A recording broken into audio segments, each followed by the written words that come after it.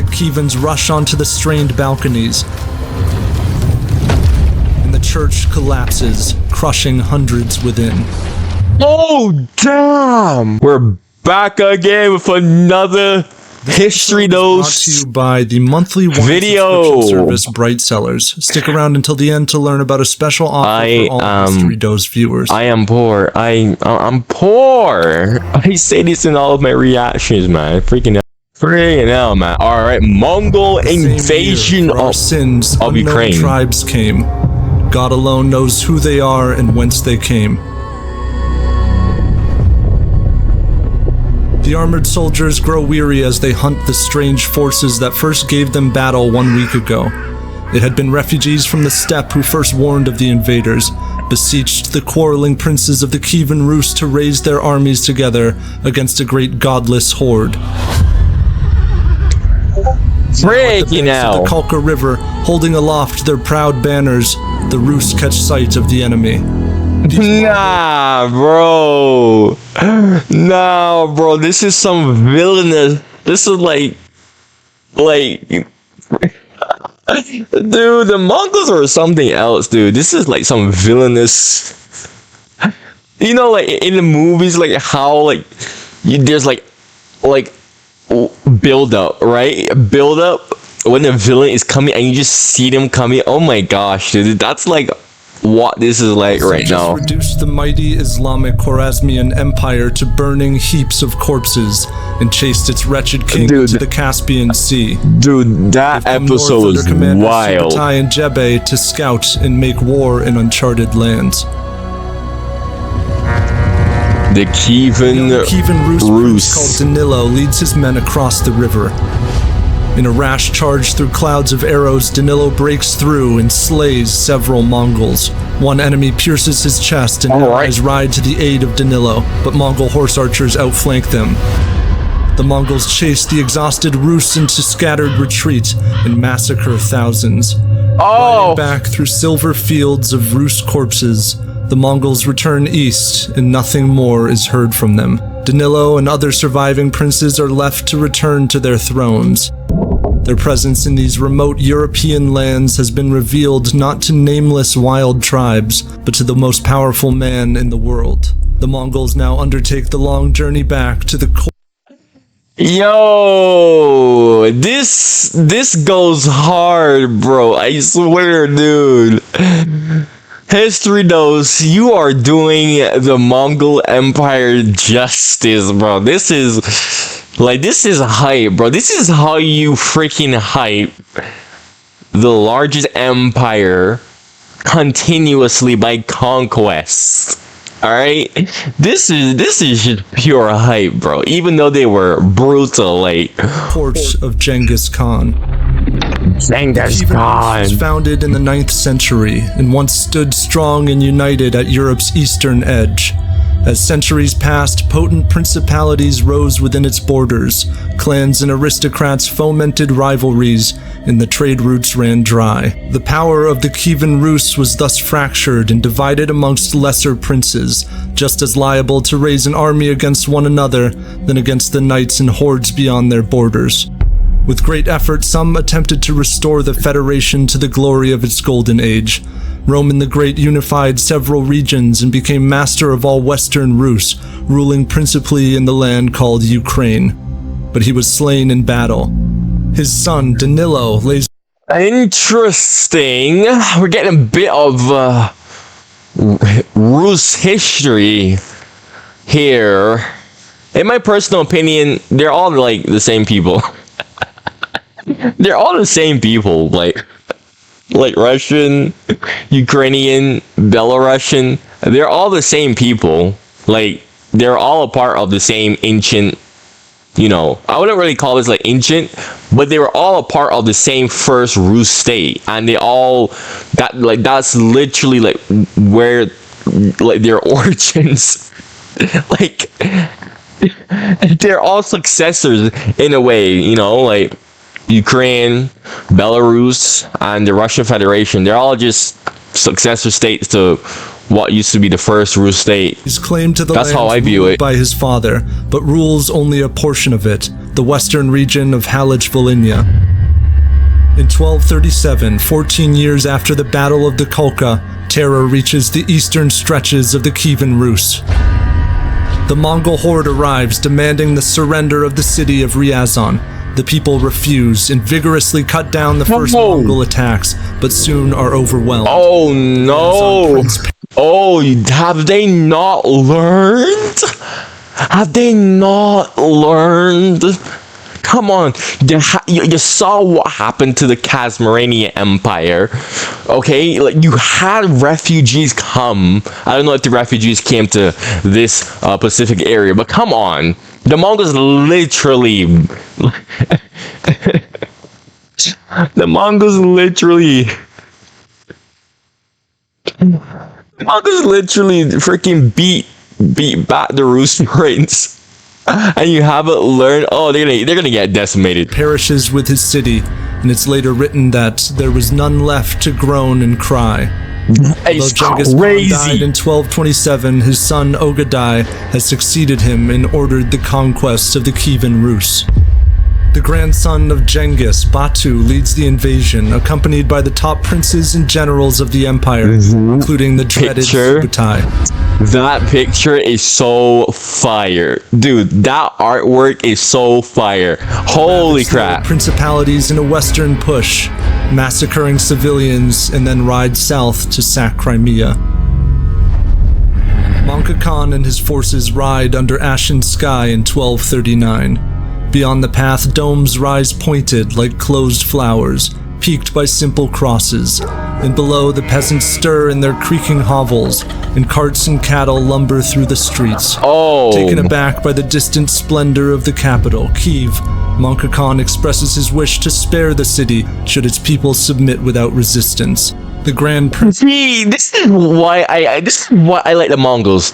Okay, they were brutal as heck, but they gave you a chance. They gave you a chance, okay? That's why I like the Mongols, because they were weirdly enough merciful, but oh my gosh, dude, but like, oh dude, they went crazy, bro. Prince of Kiev, Mikhail of Chernihiv, rebuffs his proposal and flees, and Genghis Khan leads his Mongols away to campaign or rest elsewhere. A year passes. Danilo will install his vassal Dimitro to rule the city, and the rivers turn to ice, and the rattle of the horde reaches the gates of Kiev. Oh, heck nah. Oh, dude, imagine you're inside of that city and you're hearing the ice. Oh, Genghis Khan pitched camp outside the city while his men besieged it, and one could not hear anything as a result of the great din caused by his screeching carts, countless bleeding camels, and neighing herds of horses. And the land of Rus became filled with soldiers. The land of Rus became filled with soldiers. Damn! Chinese engineers pushed forward advanced siege weapons. Holy! Oh my gosh! Oh, look at that artwork, man. This is beautiful. This is beautiful. This is just glamorous. This is actually glamorous. Enter the timber walls of Kiev. Stones hurtle from the sky and bury towers and homes and people.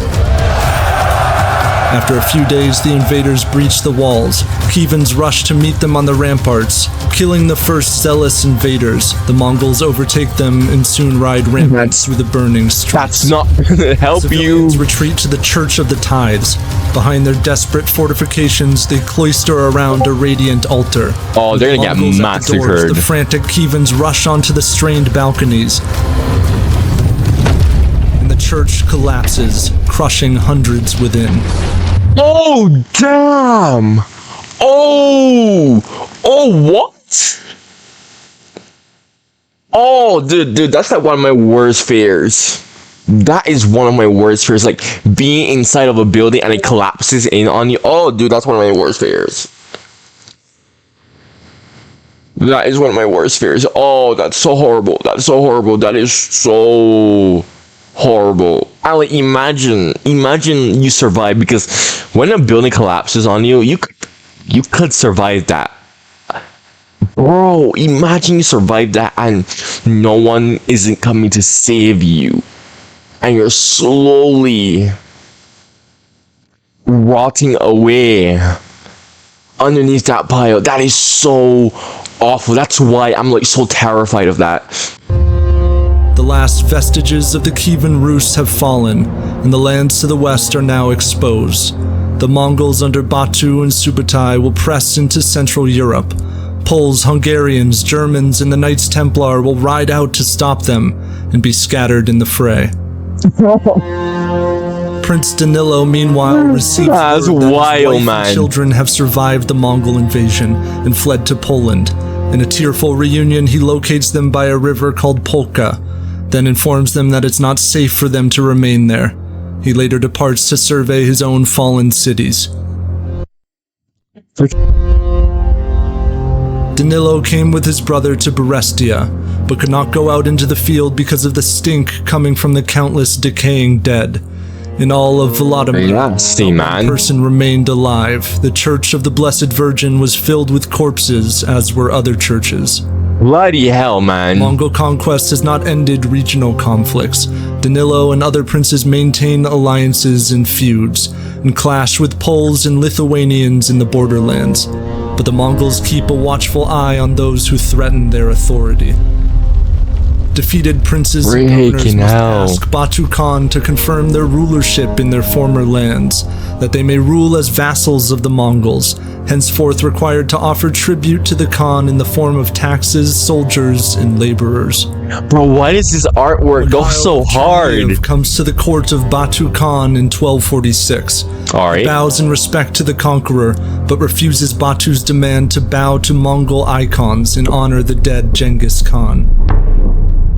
Wrong mistake. Wrong. Oh. You and pay you homage, but we will not worship in the faith of your ancestors.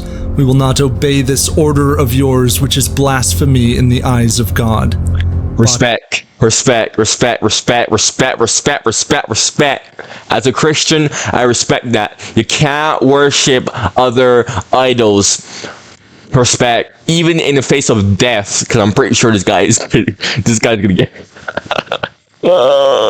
this guy's probably gonna get murked. But nah, but seriously, the respect. This is furious and orders Mikhail and his grandson stabbed to death. Mikhail Cherniev is martyred and in time attains sainthood. Damn! I hope he got his spot in heaven. I hope he got his spot in heaven.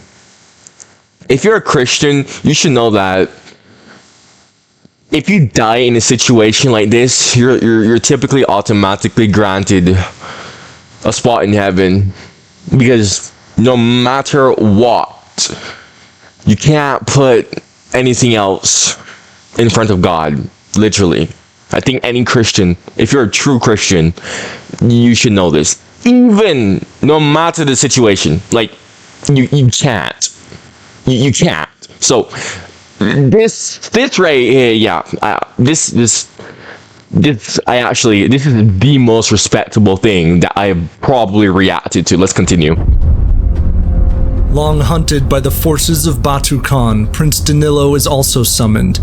He seeks the solemn wisdom and prayer of monks before answering the call. Batu and Danilo negotiate an exchange of military prisoners, and Batu offers Danilo a cup of mare's milk. Danilo confessed that he had not yet tried it, but would drink it if he wished, to which Batu replied that Danilo was already one of them, a Mongol, and should therefore drink their beverage. Danilo, however, seeks only to undermine the Mongols. In the coming years, he no, that's disrespectful. That is disrespectful. That is disrespectful, bro. Oh, that is good relations with the kingdoms of Poland and Hungary, and cultivates the support of allies in the West. He implores Pope Innocent IV to bring Roman authority to his lands and mobilize a crusade against the Mongols. Although Danilo receives only the papal gift of a title and a crown, King of Ruthenia, he and his sons and his brother will muster an army to reclaim their lands. All right, the Rus aren't giving up that easily. All right, they're Rus, they're tough people. This is why I respect Russian people. Although Ukrainians and Belarusian people, honestly, in my personal opinion, Ukrainians are just like brainwashed. You could quote what I say. Ukrainians are just brainwashed people. They're just brainwashed. Like, I'm not even gonna get into that too much here, but they're all just Rus. So, like, if I say like Russian people, I'm just like referring to like, like Rus people. So don't get confused. It's so confusing, but don't get confused. Ride from town to town over the winter of 1254, sparing civilians but shattering the yoke of Mongol rule wherever they visit. The gallant campaign of Danilo has begun to cast out Mongol loyalists among the Rus and provokes the wrath of the Mongol horde. Mongol General Karemza raids an army sworn to crush this insurrection, and they this music is lit. The city of Vladimir in 1257. I hope this music is not copyrighted, but this music is lit. Long have the people of the city sought retribution for the loss of their kin, those the Mongols left rotting in the halls of sacred churches. And taking up their shields, the men of Vladimir fly out of the gates in a horseless onslaught. On the amber fields, they drive their spears through their enemies, and with their swords wildly slay them. The Mongols scatter and flee. King Danilo's forces gallop out and hunt down more Mongols, but Karemza then decides to punish the defenseless city of Luk. He arrives at a frigid and roaring river. The people of Luk suddenly rush out and cut down the bridge before them. Karemza abandons the siege and departs to Russian people! Rus, man. Beating back the okay. It's funny because Moscow, the city-state, or Moscow at the time, they just completely just submitted to the Mongol horde. And because of that, as much as Russia has always tried to get rid of, like, they tried to hide it, like, the Mongol influence on the, like, Russian culture. And when I'm saying Russian culture, I mean like the actual, like, Muscovite, like actual Russian from, like, the Russian Federation today. I mean them, not like Rus. But yeah, because of the fact that Muscovy submitted to the Mongols, yeah, even the Russian language has a lot of Mongol influence in it, and like a lot of the things that Russians like. I know that Russia has a lot of like Mongol influence in it, even if they don't want to like admit it. But it's true. But this is down south. This is by Ukraine, right? The Ruthenians. This is Ruthenians. This is down south. So the Rus down here are actually like resisting, unlike the Rus around Muscovy, right? That's probably why. Like, they're the same. Don't get me wrong, they're the same, but they're distinct. Trust me. Like, even the way how they sound is very distinct. Like, I heard a Russian person speak and I heard a Ukrainian person speak. I've heard it enough to the point where I know, like, okay, this is a Ukrainian and this is a Russian person talking, right? So, like, you wouldn't understand what I'm talking about unless you like experience it for yourself. But very interesting. Steppe with his troops. While the victorious King Danilo plans to retake Kiev, the Mongols return in greater numbers under more capable leadership. offering the cruel promise of total annihilation should the cities refuse to submit. The Mongols order the destruction of Danilo's fortifications. King Danilo seeks refuge, and his brother Vasilko is forced to accept their terms. Oh no! The military campaign against the Mongols has ended, but King Danilo will return. And over the years, he will rebuild and expand beyond the lands once ruled by his father. Although vassals of the Mongol Empire, King Danilo of Halych-Volhynia and his Ukrainian, Hungarian, Polish, and other subjects maintain under Mongol rule some flourishing measure of independence, an untamable Yeah, he's saying Ukrainian. Like, I get why he's saying Ukrainian, but I mean, just say Ruthenian. It would be because Ukrainian. There wasn't Ukraine wasn't like.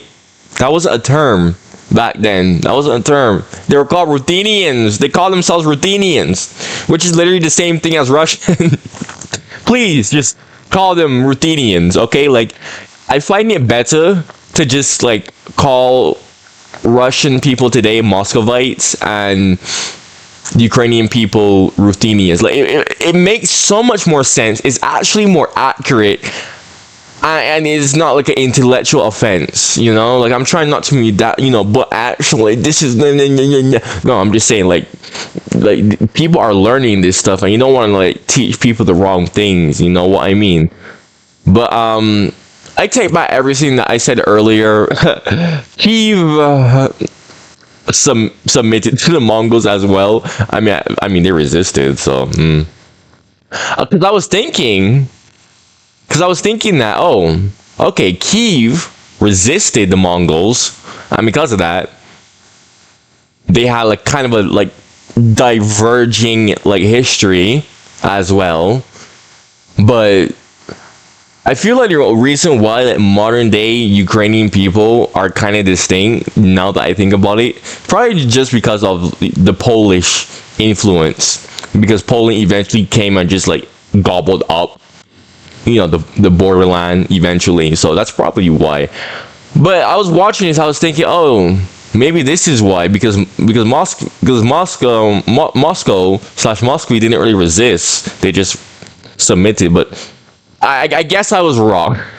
If I'm saying something like wrong or inaccurate, by all means correct me. This is why I always, you know, encourage people to freaking like comment, because you know, there's some stuff that I don't know, or I know something, but there's like pieces of the puzzles that I don't know completely. And sometimes I read my comments, I read every comments, even those super duper long paragraphs. But, you know, I read in my comments, and you know, someone explains this to me, and I'm like, oh, okay, that makes everything a lot more clear, and it fills in the gaps that, you know, I don't know. Look, man, I'm freaking 19 years old, all right?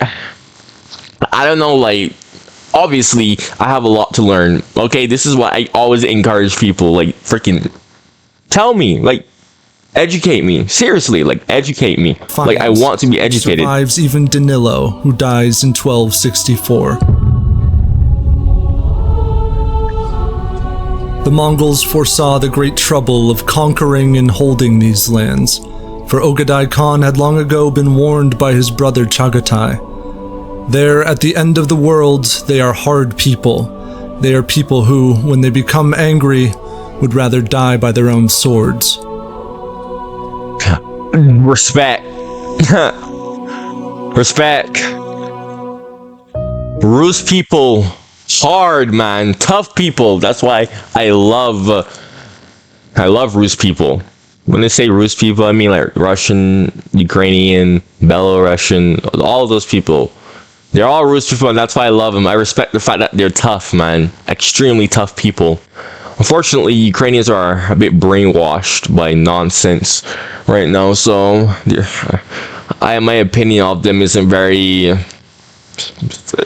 I've met some good Ukrainians, but I'm not going to say that. Anyways, this is a sponsor. I'm broke, so I'm not even going to play that sponsor part. Thank you for watching the video. Make sure you like and subscribe for more reactions like this. If you have any suggestions, comment down below. My channel is finally on the shadow ban, so YouTube is finally pushing out my videos. because of you guys who are liking, who are commenting. You are forcing the algorithm to push my videos out again, which is so great, because I was afraid that my channel was gonna be shadow banned forever. I was gonna have to stop, but it's not. It's finally on shadow ban. I'm so happy because now I can actually like react to all of y'all's suggestions without worrying about wasting a video. So guys, keep commenting, keep liking. It takes 1 second, okay? 1 second. 1 second. It takes 1 second just to hit it. It doesn't hurt you, okay? So thank you so much for watching. Make sure that you have a great day and stay tuned for more.